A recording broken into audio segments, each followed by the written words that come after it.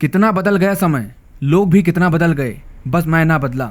मेरे आगे के लोग और आगे निकल गए, मेरे साथ के लोग भी मुझसे आगे निकल गए और मेरे पीछे वाले लोग भी मुझसे कितना आगे निकल गए, लेकिन मैं वहीं थमा रहा।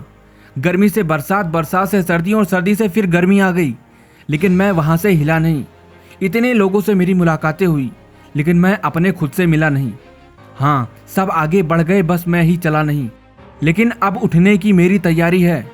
शीशे का टाइम गया, हीरा बनकर उठा हूँ, अब चमकने की अपनी बारी है। बहुत ठहरा रहा, अब मैं रुकूंगा नहीं। दौड़ूंगा, चलूंगा, नोचूंगा, रेंगूंगा, लेकिन अब मैं झुकूंगा नहीं। मेहनत की आग में जलूंगा, भुनूंगा, लेकिन अब मैं किसी की सुनूंगा नहीं। उस सूरज की तरह अब मैं अपने अंदर की आग को बुझने नहीं दूंगा।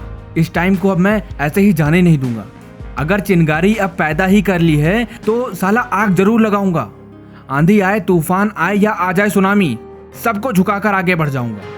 अकेला हूँ, अकेला ही काफी हूँ। मेहनत तब तक नहीं छोड़ूंगा जब तक तय की गई मंजिल तक नहीं पहुंच जाता।